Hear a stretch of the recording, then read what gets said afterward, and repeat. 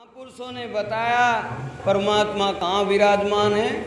आप में, यानी खुद में, अपने अंदर बढ़ के पौड़ी चढ़ के तू नज़ारा देख ले, सतगुरु बसता तेरे अंदर करके इशारा देख। और एक सुक्ति भी आती है, ईशावास्यमिदं सर्वं यत् किंच जगत्याम जगत। इस जगत के अंदर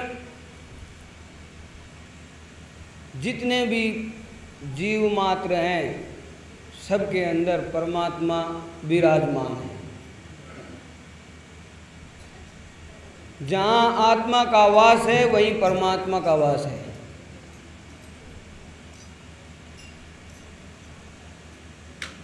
और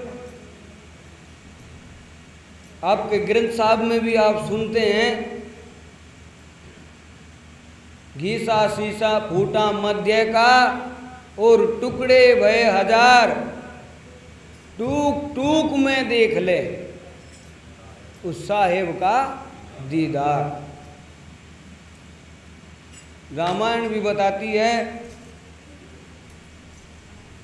क्या बताया रामायण में कि सब घट मेरे साइयाँ, मेरा साईं सब घट के अंदर है।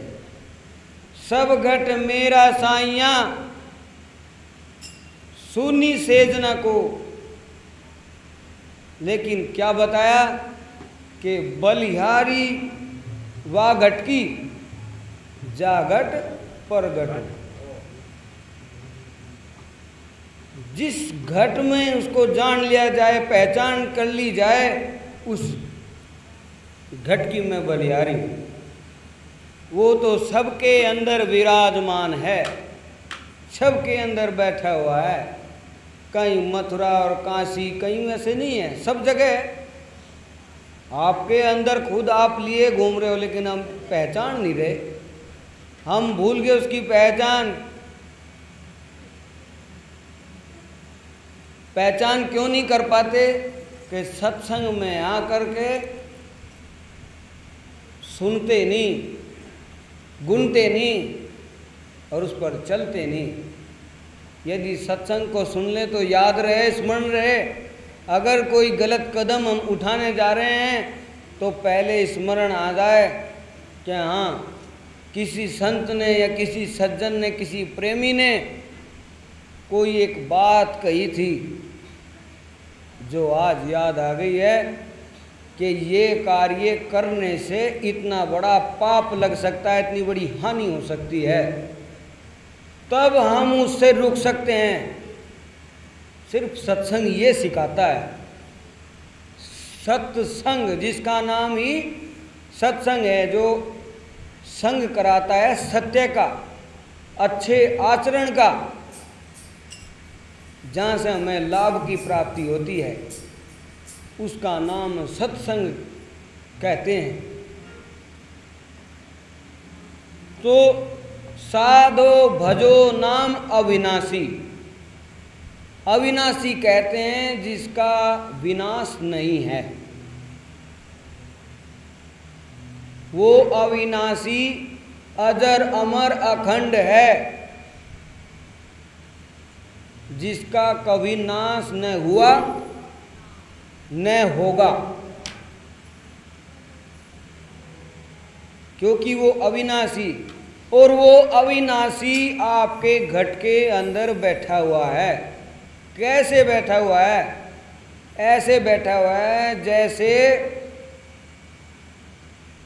कोई दीवार घड़ी हो और उस दीवार घड़ी में वो सुई घूमती है।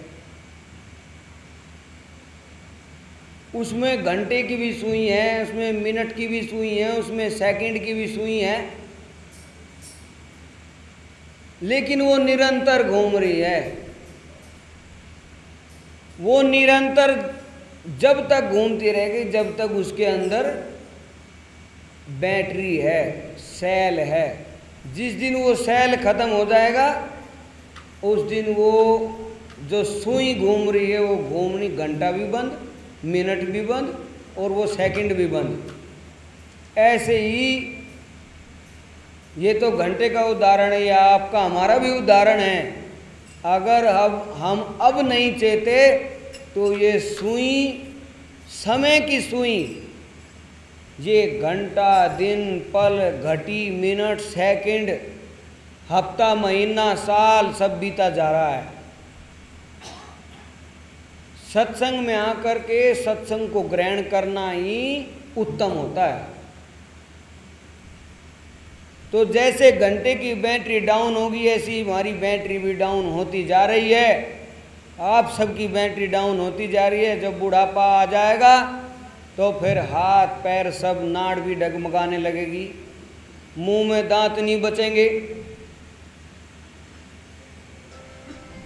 स्मरण शक्ति भी क्षीण होती चली जाएगी, कानों से सुनना बंद हो जाएगा, आंखों से दिखना बंद हो जाएगा, पैर काम नहीं करेंगे, शरीर साथ नहीं देगा, उस समय विलाप करेगा। क्यों? क्योंकि बच्चे भी कह देंगे कि इसको एक तरफ चारपाई डाल दो, ये तो परेशान करता है, इसको खांसी उठती है, ये हमें परेशान करता है, सोने नहीं देता सारी रात, अलग चारपाई डाल दो। वहाँ चारपाई डाल देते हैं और वहीं वो अपना समय व्यतीत करता है और फिर विलाप करता है। और वो उस बात उसके याद आती है, कौन सी? जोन सी अभी बता रहे थे, उस गर्भवास के अंदर वचन भर करके आया कि मुझे इस घोर नरक कुंड से बाहर निकाल दे। हे मेरे परमात्मा, मैं एक एक पल, हर एक एक घड़ी तेरे अलावा और कुछ याद नहीं करूँगा। और यहाँ धरती पर आकर के नाम में, मोह माया में, माता पिता में, रिश्तेदार नाते सगे संबंधियों में, अपनी आशा तृष्णा में, काम क्रोध लोभ मोह अहंकार में, राग द्वेष तितिक्षा में आकर के उस वचन को भूल जाता है। क्यों? क्योंकि ये पर्दा इतना भारी इसके ऊपर पड़ जाता है। वो भी इसलिए पड़ता है कि ये खुद लिप्त होता है, ये खुद लिप्त होता है। जब तक ये खुद लिप्त नहीं, अपनी वृत्ति को वहाँ नहीं फंसाएगा तो तब तक लिप्त नहीं होगा। और जब वृत्ति को वहाँ से हटा करके सतगुरु की शरण में लगा लेगा तो फिर वहाँ लिप्त नहीं होगा, फिर तो संतों के चरण में ही, संतों में ही लीन रहेगा। अभी बता भी रहे थे, एक मन का शब्द बोल रहे थे, हमारे सोनीपत वाले भगत साथ जी ने बोला था,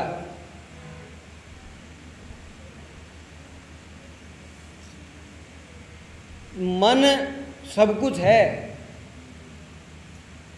परंतु अविद्या से निकलकर ज्ञान में होने पर सब कुछ है। यदि अविद्या में ही रहेंगे तो फिर मन कुछ नहीं, फिर मन को तो वही रस चाहेंगे, वही भोग चाहेंगे, ये वही दौड़ाएगा। कहते भी हैं ये मन बहुरंगी घोड़ा, ये बहुरंगी घोड़ा है, घोड़े संग पांच पचेरा और ये पांचों फिरे लुटेरा, बाहरे तू इनकी बाग मरोड़। वंदे सतगुरु सतगुरु बोल, तेरा क्या लागा है मोल। परंतु हम सुनते तो हैं, हम उसको ग्रहण नहीं करते, हम उस सौदे को ले नहीं पाते, अपने अंदर समावेश उसका नहीं कर पाते, उस पर नहीं चल पाते, उसका चिंतन नहीं कर पाते।